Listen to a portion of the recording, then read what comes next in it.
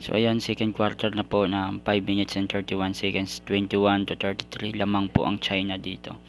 Ayan, so nakita nyo naman ang hard drive ng China dyan. So may nakuha ng foul. Ayan, mintis po ang isang free throw na rebound ni John Mar Fajardo, pinasa kay Scottie Thompson. Ayan, so na-intercept guys, natapikan si Scottie. So merong ano dito, inbound. Ayan, pag inbound ni Calvin Optana, nag-error naman. So simpleng inbound guys, hirap na hirap ang Pilipinas. So Gilas versus China, no? So nagse-celebrate ang mga fans ng China dito kasi tambak nga po ang score, no? So umabot nga po yan ng 20 points ang score po ngayon kakatapos ng first half. 48 to 30 lamang po ng 18 po ang China. So talagang involved na po yung mga fans dito. So hirap na hirap ang Gilas Pilipinas.